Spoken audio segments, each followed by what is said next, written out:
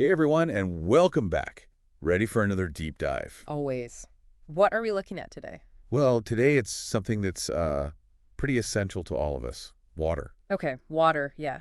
Lots to talk about there. Right. Specifically, we're going to be looking at how cities around the world are tackling the challenge of becoming more water resilient.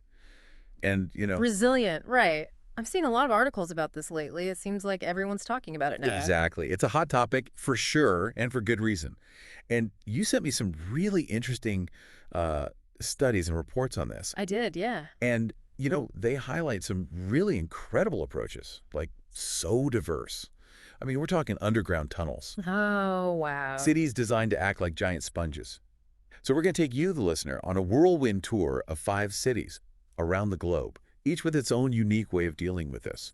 But before we get to the specifics, maybe we should start with like a basic definition. Yeah. What exactly is water resilience? I mean, we all need water, that's obvious. Yeah, But it's more complex than that, isn't it? absolutely. It is.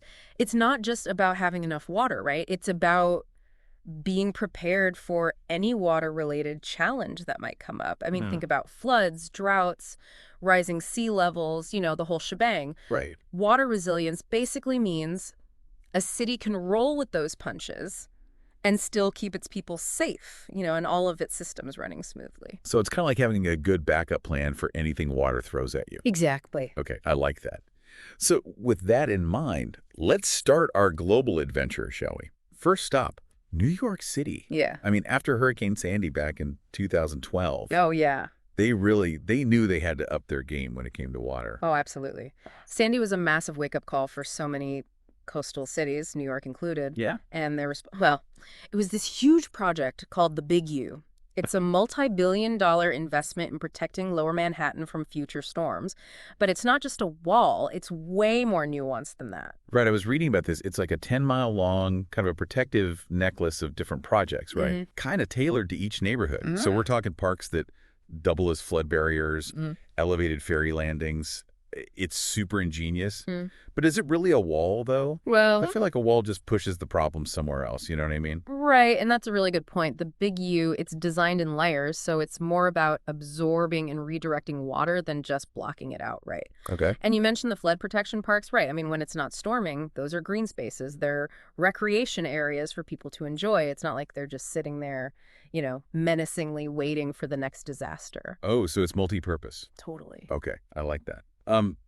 So where does the project stand now? Is it finished or is it still in progress? Yeah, so parts of it are already done, actually, and they've been put to the test, too, in recent storms, and they're seeing some really promising results. Wow. But it is a long-term project. It's ongoing, and they're always, refining it, expanding it based on all the new data they're getting and climate projections. Right, yeah. And it's worth noting that this isn't just a city government thing. The Big U is a collaboration between, the city, private developers, and even the community. I mean, that kind of partnership is really key, I think, for any of these huge undertakings to be successful. Yeah, you got to get everyone on board for something that massive. For sure. All right, well, let's hop over to a completely different approach now. Okay. We're going to Wuhan, China. And they've decided to take inspiration from, well, nature itself. Oh, interesting. They're aiming to become a full-fledged sponge city. Have you heard of this? I have. It's a fascinating concept. So tell us a little bit about that. Well, sponge cities, right? They're all about working with water's natural tendencies, not against them. Okay. And Wuhan is really leading the way here. I mean, they have almost 400 projects that incorporate rain gardens, permeable pavements, even, get this, artificial lakes. So it's literally about soaking up that rainwater like a sponge. Right. Yes, exactly. But how does that actually work in a busy city? I mean, you think concrete jungle, not exactly known for being absorbent, right? Yeah, you're right. Traditional city design is really not doing us any favors when it comes to water. Right. But Wuhan is proving that you can actually weave these sponge elements into the urban fabric, right? So think about green roofs that soak up the rain, parks that are designed to collect and filter runoff, Okay. and pavements that let the water seep back into the ground instead of just running off. Okay, I'm starting to get it now. Yeah. But, like, is it really effective, though? And wouldn't it just be cheaper to build, like bigger, stronger drainage systems? That's what we usually do, right? Well, that's the really cool part. Yeah. Studies have actually shown that Wuhan's approach saved them over 600 million US dollars compared to just upgrading their drainage system. Wow.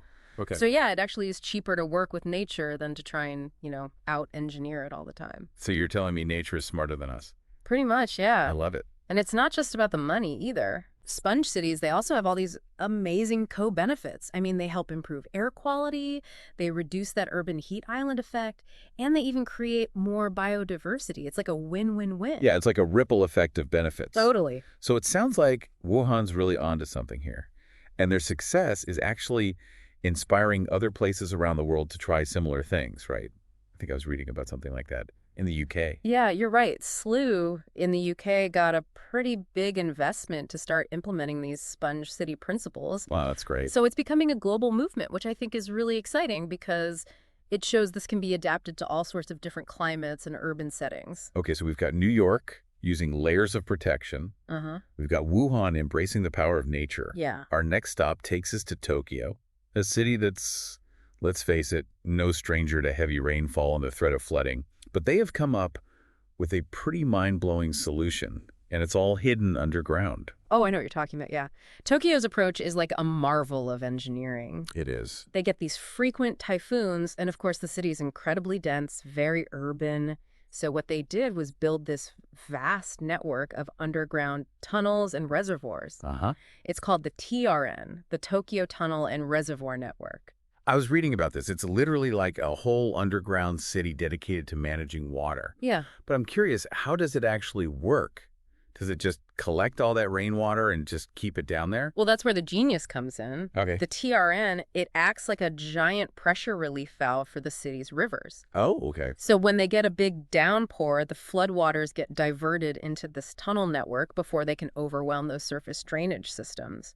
But it's not just storage. Right. The TRN uses gravity and pumps. It's very carefully controlled, and it gradually releases the water into the Edo River at a rate that it can handle. Oh, so it's about capturing it, but then strategically releasing it back into the environment. Exactly. That's really smart. This whole network, though, it must have been crazy expensive to build, right? Yeah, it was a huge investment for sure, billions of dollars. Wow. But the cost of not having it, that would be astronomically higher. Right. Good point. I mean, it's already prevented tons of floods, protected countless lives, and billions of dollars worth of property. Wow. It's a perfect example of how investing in this kind of resilient infrastructure really pays off in the long run. Absolutely. And it's not just about flood prevention, right? There are other benefits to this underground system as well. Oh, for sure.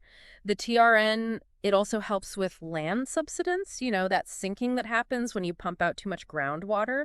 So by recharging the groundwater, it's helping to stabilize the ground beneath Tokyo. Like you said, anything. And then, Japan has been dealing with some water scarcity issues. So having this big underground reservoir, well, it could be a major asset for them in the future. It's like their secret weapon. Kind of, yeah. All right, so we've got Tokyo with their high-tech underground water world.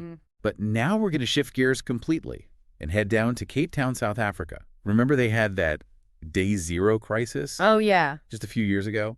I mean, they almost ran out of water completely.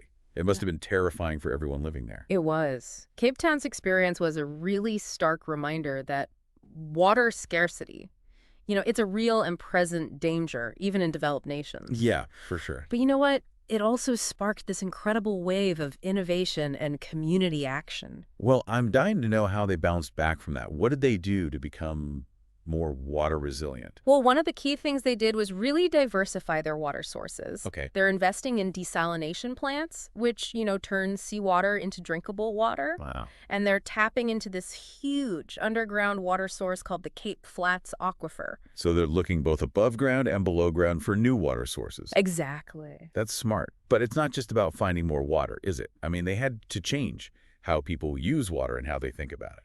That's right. Cape Town, they implemented these super innovative water conservation policies. Like what? Well, they introduced these tiered tariffs.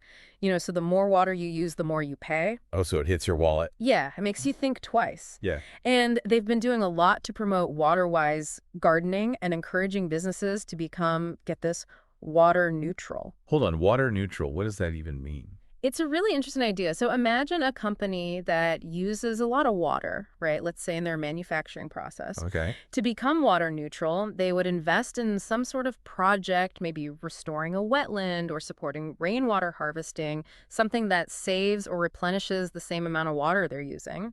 So it's all about balancing their impact on the water cycle, right? Oh, that's actually really clever. So it's not just about using less water. It's about giving back, Yeah, replenishing what you take. exactly. That's really cool. So it sounds like Cape Town is taking this multi-pronged approach, right? New sources, conservation, and they even got the community involved. Exactly. They've also launched all these initiatives to educate people about water conservation, right? Hmm. And empower them to become part of the solution. It's a real community-wide effort. Well, from what we've seen so far, it seems like there's no one-size-fits-all solution to this, right? Mm-mm. Every city has to find what works for their specific situation. Yeah, totally. But for our final stop, we're going to head to a city that's basically synonymous with water, Rotterdam.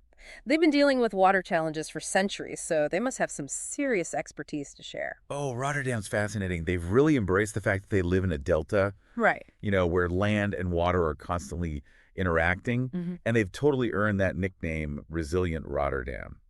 And I've heard about their floating buildings. Is Thank that you. part of their water resilience strategy? It sounds so futuristic. It is futuristic, and it's Yeah. a testament to how innovative they are, but their approach is much broader than just floating structures, right?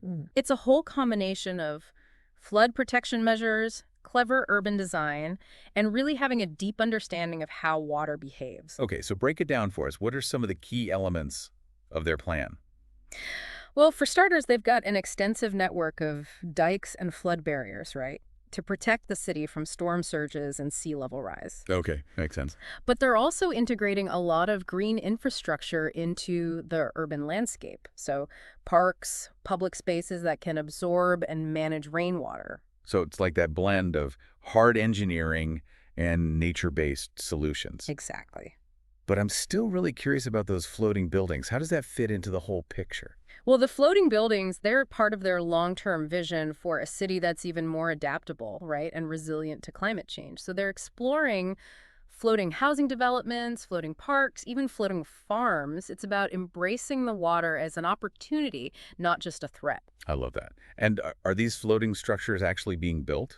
Or are they just ideas at this point? Oh, they're building them. They are. Yeah, they have this floating pavilion that showcases sustainable building technologies, and they're working on plans for much larger scale floating neighborhoods. Wow. It's really exciting, this experiment in how we can live in these urban environments. And if it works, I mean, it could be a game changer for other coastal cities facing rising seas. Yeah, for sure. So they're not just talking the talk, they're actually walking the walk when it comes to innovation. Absolutely. And they're not doing it alone either. Right. Rotterdam is part of this network called 100 Resilient Cities, so they're constantly sharing what they've learned and their expertise with other cities all over the world. Well, that collaboration is so key when you're dealing with these global challenges, right? Yeah. We need to learn from each other and share the best solutions.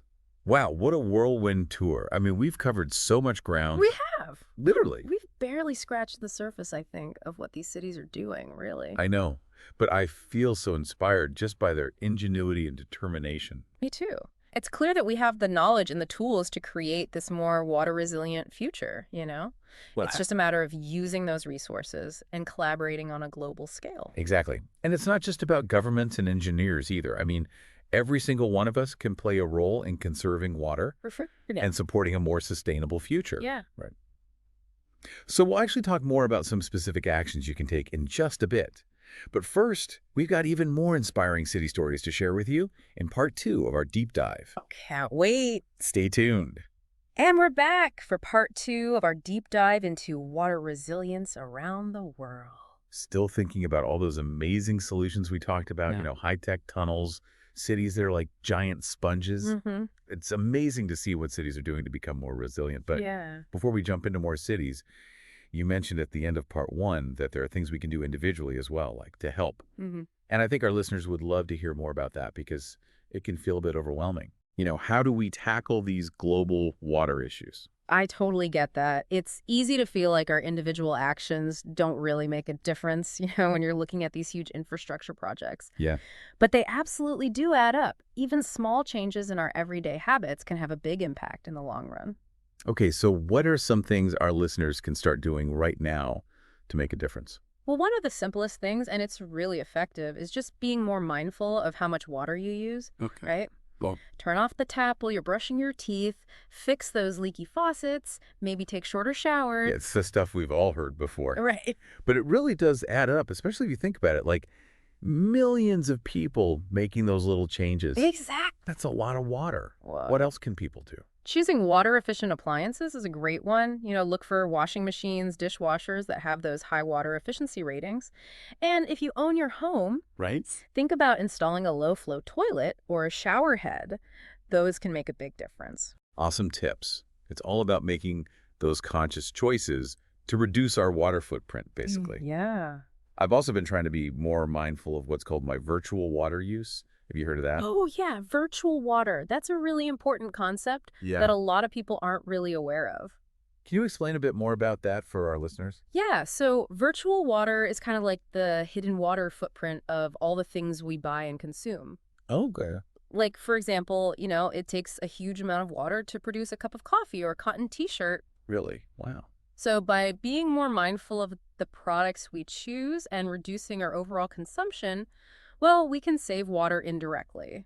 So you're saying that our choices as consumers actually impact water resources around the world. Totally. It's all connected. Everything is connected. I love that. And then if you're looking for something a bit more hands-on, Mm-hmm. think about planting a rain garden in your yard, or maybe supporting local organizations that are working to protect or restore watersheds. That's a great idea. Supporting those local initiatives can really make a difference. Yeah, for sure. And, don't underestimate the power of just speaking up either. Yeah. You can contact your elected officials and let them know that you care about water conservation and sustainable water management. Right? Encourage them to support policies that promote water resilience, that kind of thing. Yeah, our voices matter. But I think that collective action can lead to real change. It totally can. Okay. Well, I think that gives our listeners plenty to think about for now. For sure. So let's get back to our global tour, shall we? There's one city I'm really curious to hear more about, and that's Copenhagen. Oh, yeah. They had that awful cloudburst back in 2011 that caused a lot of damage. Yeah. And I've read that since then, they've made some amazing progress in becoming more water resilient. Yeah, Copenhagen's a great example of a city that turned a crisis into an opportunity. Right. After that 2011 cloudburst, they had all that flooding, the damage. They realized they needed a whole new approach to managing water. Okay, so what did they do? Did they just build like bigger drains and higher seawalls? Well, they did some of that, of course, but what's really interesting is how much they focused on integrating green and gray infrastructure. Okay. It's a much more holistic way of thinking, recognizing that all these different urban systems are connected. Okay, I'm intrigued. Break that down for us. What does that actually look like on the ground? Well, imagine a city where parks and public spaces aren't just for recreation, they're also designed to collect and manage rainwater. Okay. So instead of just trying to channel the water away as fast as possible, they're slowing it down, letting it soak into the ground, filtering it naturally. So it's kind of like that sponge city idea we talked about before, but like on a whole city scale? Exactly. Copenhagen has really embraced that, turning the entire city into a giant sponge. Yeah. They're creating these green corridors, they're planting rain gardens, even designing buildings with green roofs that can absorb and filter the water. I saw a picture of this park in Copenhagen that literally turns into a lake when it rains heavily. Oh, you mean Enkhoffparken? Yeah, that's it. It's amazing. It's a perfect example of that multifunctional design, right? Yeah. So on sunny days, it's this beautiful park. People are enjoying it, having picnics. Right. But then when there's a cloudburst, it becomes a temporary reservoir. It holds that excess water and prevents it from flooding the surrounding streets. It's like they're turning a problem into an asset. Exactly. That's so smart. But can these sponge city features, can they actually handle like a major storm? I mean, what happens when it really, really pours? That's a good question. And while the sponge city elements are really good at managing those moderate rainfalls, you're right, they do have their limits. Okay. So that's why Copenhagen also invested in this massive underground tunnel system, kind of like what Tokyo has. Ah, so it's a combination of the green infrastructure and the gray infrastructure working together. Yeah. So the tunnels act like a backup system for those really extreme events. Precisely. So the tunnels can handle that overflow, right? When the sponge city elements are at capacity. It's this multi-layered approach that gives them that resilience across different types of rainfall. Copenhagen's approach seems so well-rounded. Yeah. They're not putting all their eggs in one basket. But is this something that only works in a place like Copenhagen? Or could it be adapted to other climates and cities? That's a really important point. While the specific design elements might need to be tweaked, Yeah. the fundamental ideas behind the sponge city approach, they can be applied almost anywhere. It's about understanding the local water systems, finding those opportunities for rainwater harvesting, Okay. and then integrating those solutions into the way the city is built. It seems like a lot of cities are looking to nature for inspiration when it comes to water management these days. Definitely. We're moving away from that old way of trying to control nature, dominate it, We're shifting toward a more collaborative and adaptable approach. Yeah, recognizing that we're part of the ecosystem, not separate from it. Exactly. Well, speaking of adapting to nature, let's talk about rising sea levels. That's a huge threat for so many coastal cities. It is. What are some of the solutions being explored to address that? Yeah, rising sea levels are a really pressing issue. There's no doubt about it. And it's forcing cities to think outside the box. I mean, we've already talked about how Rotterdam is embracing those floating structures. Right. But there are a ton of other innovative ideas out there. Well, I've read about some pretty wild ideas like building artificial islands or even moving entire cities. Are those actually realistic options? Those are definitely on the more extreme end of the spectrum. Yeah. And while they might be feasible in some very specific situations, they also come with all sorts of logistical, economic, and even ethical challenges. Yeah, it's not as simple as just picking up a city and plopping it down somewhere else. Right. But what about something like seawalls or levees? Are those a good long-term solution? Well, those more traditional coastal defenses, like seawalls and levees, they can definitely be effective, especially against storm surges and moderate sea level rise. But they're not a perfect solution. They're expensive to build and maintain. Yeah. And they can sometimes have a negative impact on the environment. Right. So it's about finding that balance between protecting human infrastructure and protecting the natural environment. Absolutely. And that's where these nature-based solutions come in. They offer a much more sustainable and resilient approach to coastal protection. Okay, so we're back to working with nature, not against it. Exactly. What are some examples of those nature-based coastal defenses?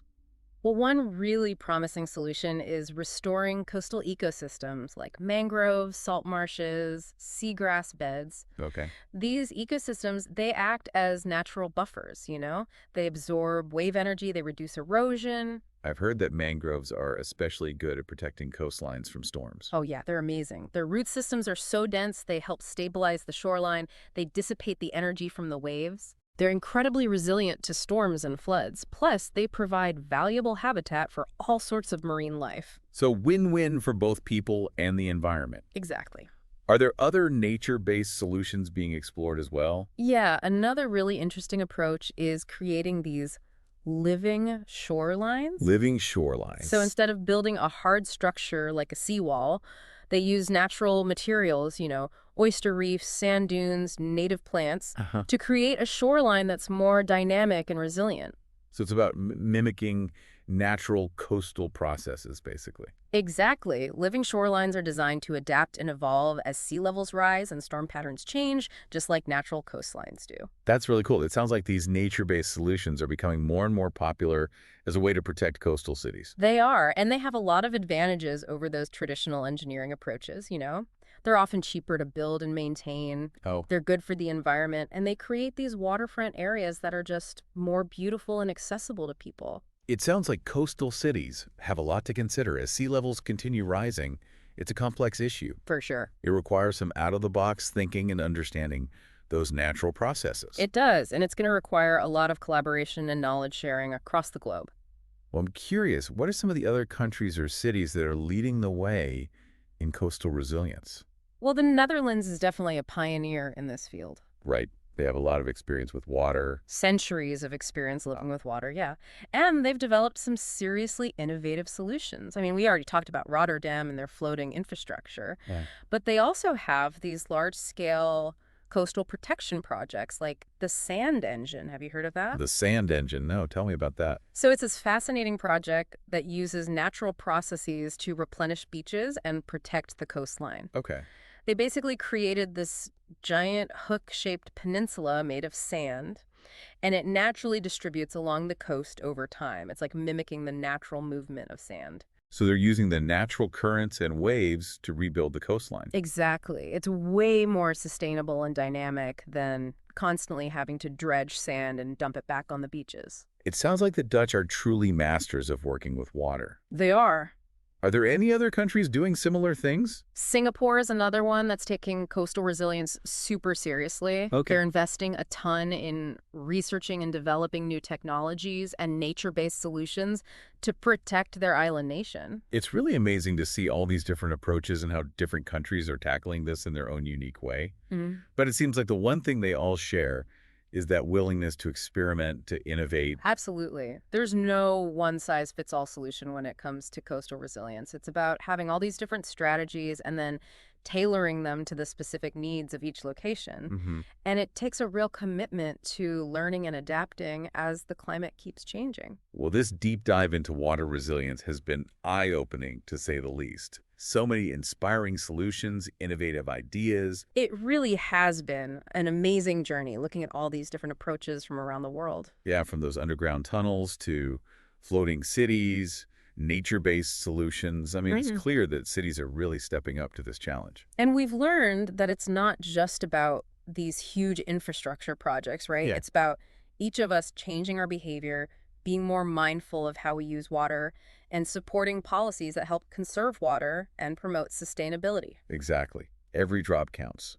And all those little actions we take, they can really add up to a more water-resilient future. So well said. But before we wrap things up, we have one more stop on our global tour. And it's a city that's often held up as, like, the gold standard of sustainable urban development. Singapore. We'll be diving into their innovative water management strategies in part 3 of our deep dives. Looking forward to it. Stay tuned. And we're back for the final leg of our Water Resilience World Tour.